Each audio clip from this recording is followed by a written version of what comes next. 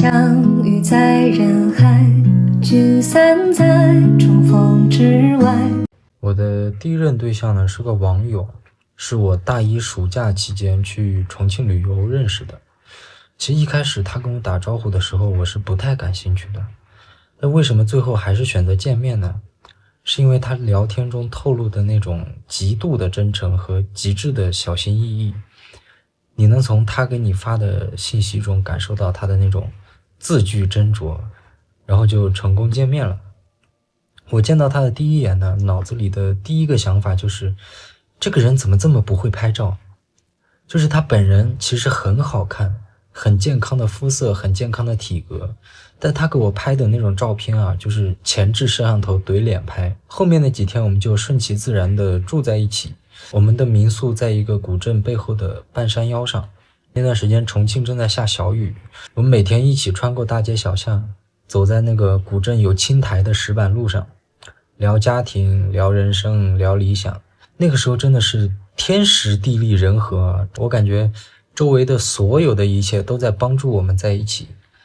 我们一起去过一个小酒馆，那个小酒馆是可以花钱唱歌的那种，我就上台唱了好几首，然后我让他也唱一个吧，说我不会唱歌，但是我有一首歌想唱给你。他就去唱了一个光良的第一次，他说因为跟我在一起这2天好多事情都是第一次。最后我们离开酒馆结账的时候呢，酒馆的老板就只收了我们2杯酒钱，原本需要唱歌消费的钱老板特意没收。古镇里面还有一个奶茶店，也是我们每天都一起去买，排队的时候都腻在一起。后来有一天我付款的时候发现买了2杯奶茶，那个店员只收了1杯的钱。我又回去找那个店员，我想说是不是收错了，那个店员就在里面远远的跟我们摆了一下手。其实到了第7天的时候，我心里就认为我们的故事应该到这里就结束了。因为我也是来重庆玩的，他也是休假来重庆旅游的。假期结束呢，我们都要各自回到各自的城市，我也很清楚这一点。那天下午我去机场送他，站在安检口目送他进去，一直看到他进去安检，然后在人群中消失。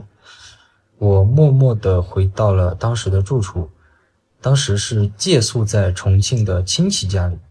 晚上他下了飞机抵达工作单位的时候呢，就给我打电话，然后他发现我睡在沙发上，他就问我怎么睡沙发，我说我出来玩是借宿在亲戚家的，没有地方睡了。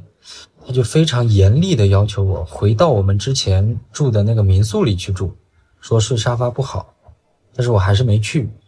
第2天凌晨大概4、5点钟的时候，他突然又给我打电话，他说帮我预定好了我们之前住的那个民宿，叫我回民宿去睡。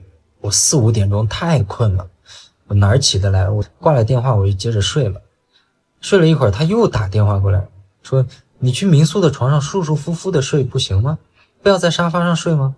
我拗不过他，我起来打了个车到那个民宿，倒头就睡。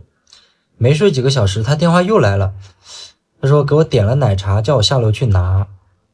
我其实那个时候是一个很困的状态，我每次接完电话我就接着睡了，然后不知道睡了多久，他又打来一个电话，他问我奶茶去拿了没有，放在前台呢，万一被别人拿走了怎么办？我说行吧，我说拿了奶茶再回来睡。然后我一下楼一拐角，他人站在那里，就这样。哇，那一瞬间，我那个时候18岁哦，18岁的人哪经得住这样一个画面？后来我才知道，他前一天晚上到了单位，左思右想，他觉得不能错过。然后刚到工作单位以后呢，又连夜请假，然后买了最早班的飞机，又飞回重庆，所以他才会一直催我回民宿，叫我下楼拿奶茶。其实我们前一天分开的时候，我就在想，是不是就这样了？大家都只是旅行途中的过客而已。但是我下楼看到他张开双臂的那一刻，我就觉得就是这个人了，就他了。就这样，我们一起的假期又成功续费，又一起度过了半个愉快的夏天吧。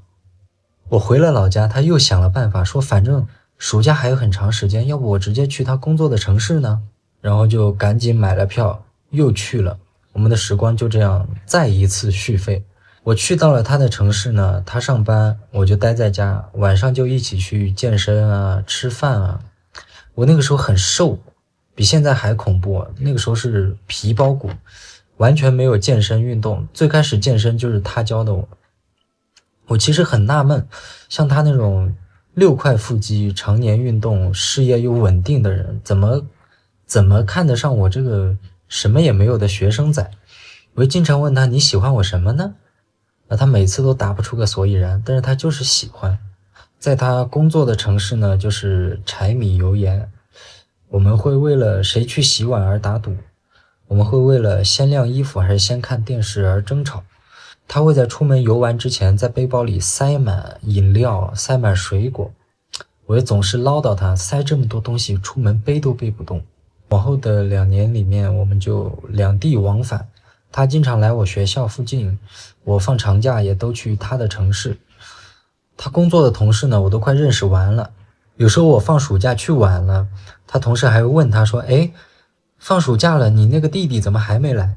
他就说：“快了，快了，他过几天就来玩了。”其实故事讲到这里就已经没有什么后续要讲了。2年的异地呢，有美好的东西，也有很多争吵和争执。后来的故事里呢，我也有犯错，他也有犯错，但是都不重要了。我想讲的就只有我们一开始在一起的那些美好的东西，然后放在回忆里面，当做我18岁青春的纪念。我其实很感谢他的出现，让我的青春变得更丰富，也治愈了我很多童年时期的创伤。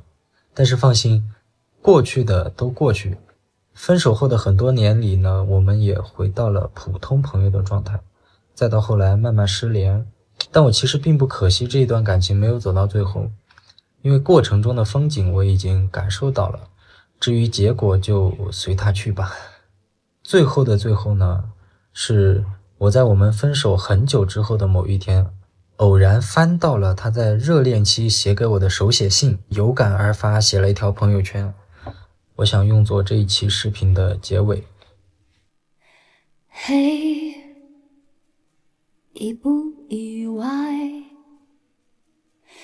他背影那么轻快。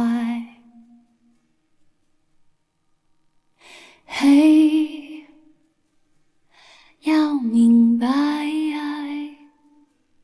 人会来